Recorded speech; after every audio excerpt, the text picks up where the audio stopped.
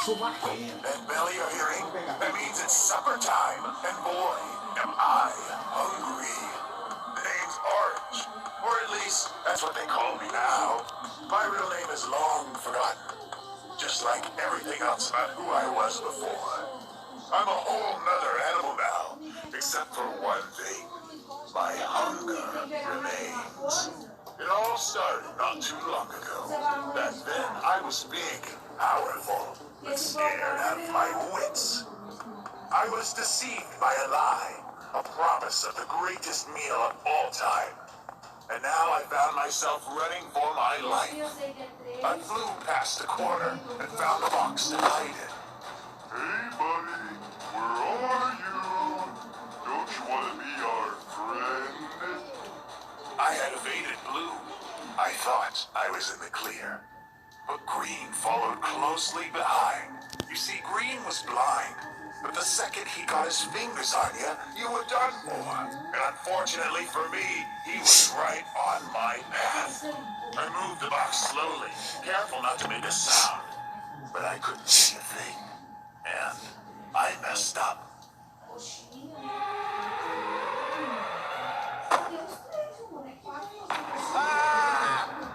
Green grabbed me and brought me back to the lab. Green was a dutiful servant. To him, the man in charge. He smiled at me, and I could tell then and there that he was pure evil. They tossed me in a machine, and as the motors whirred and the sparks flew, my body was full and stretched in every which way. The last thing I remember was a very bright light. My ears were ringing as my light flashed before my eyes. I thought back to my life on the farm. Kids, dinner's ready. It was a simple life. There were a lot of mouths to feed besides my own. But we made do as best as we could. Thing is, when everyone else had cleared their plates, I was left unsatisfied. I was still hungry. Mom was worried about me. They didn't have the means to indulge my desires. She reminded me they had animals to feed too. And this gave me an idea. It wasn't dignified, I'll give you that. But I couldn't stop. My dad had caught me, and boy, did he let me have it. So I decided then and there, if I can't eat their food, I can always just eat them. It seemed as though I had gone too far. I didn't understand. I was being self-sufficient. Did they just expect me to sit by a dog? Põe camiseta. Tá afogando o nariz sem roupa.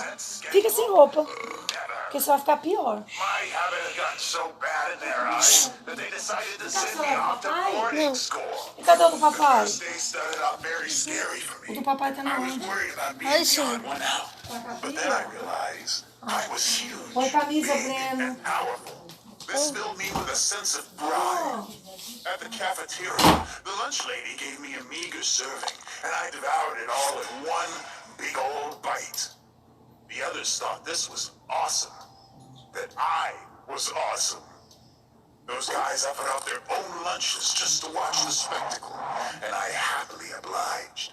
Downing tray after tray, there was no rule against sharing, you see. It went against the values of the school. But I don't think the teachers liked this little loophole. But whether they were happy, I couldn't care less, because this was the happiest I had ever been.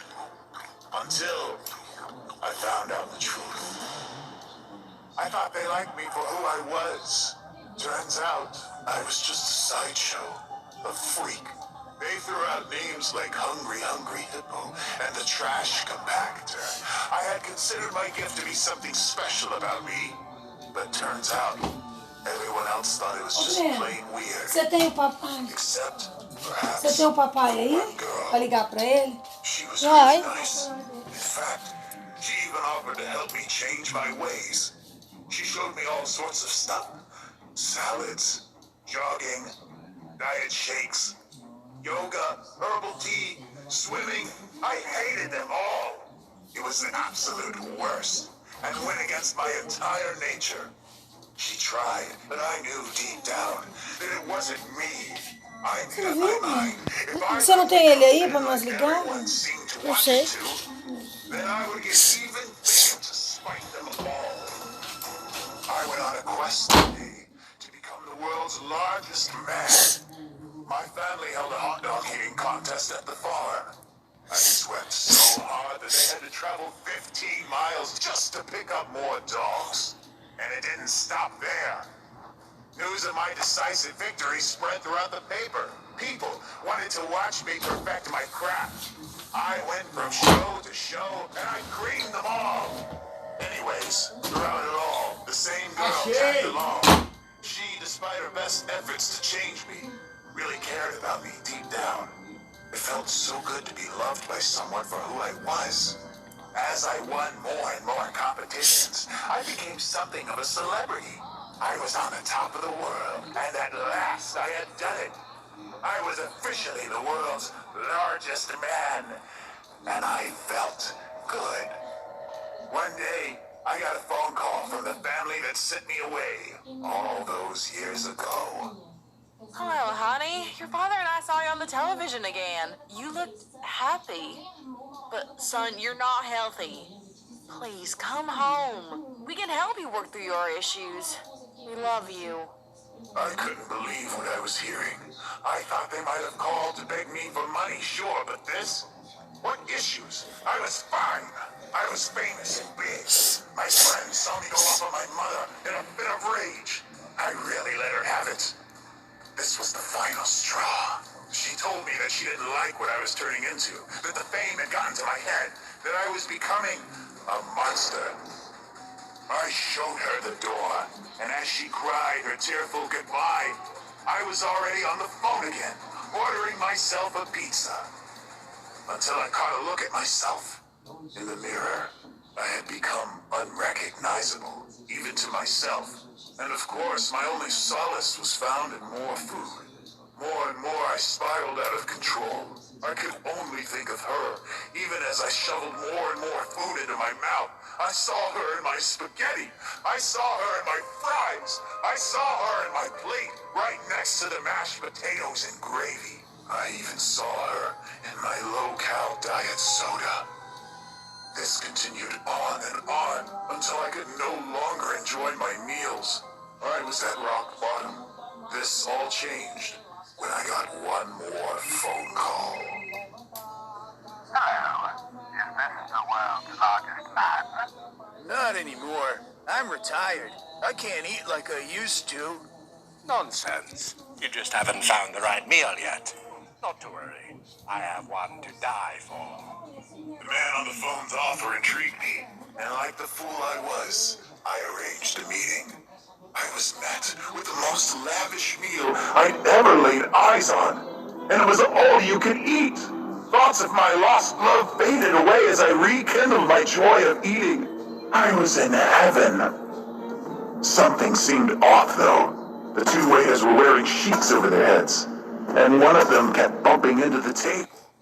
I thought it must have just been some weird uniform, and maybe it was the clumsy one's first day, until it came time for dessert. I hope you're ready, friend, because now it's time for your final treat. Or should I say, trick.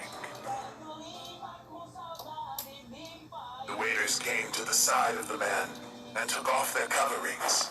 Before me stood two of the scariest things I'd ever laid eyes on. Sure, in another context, they might not have been all that bad, but here, they looked like they were going to eat me. What's happening? Stay away! I ran, and in that moment, I wished I had followed my friend's advice all those years ago. I was found by greed, put into the man's machine, and turned into Orange, the newest rainbow friend. During the transformation, my body rejected the years of mass that I had built up and expunged it, even as my form became narrow and skinny. I was small now, the smallest of the rainbow friends. My pride would have been hurt, but all I knew in that moment was that I was hungry, hungrier than I had ever been. After that, they arranged feeding times, and if one were to ever be missed, an alarm would sound, and I would come running for a proper meal. Unfortunately, most people were timely with their supper deliveries. Which brings us to today. One woman has finally forgotten to feed me, and now I'm nearly upon my first prey. I got you now. Please don't! I'm looking for my friend! Please! No, no, not you. Why did it have to be you? I can't help it. Our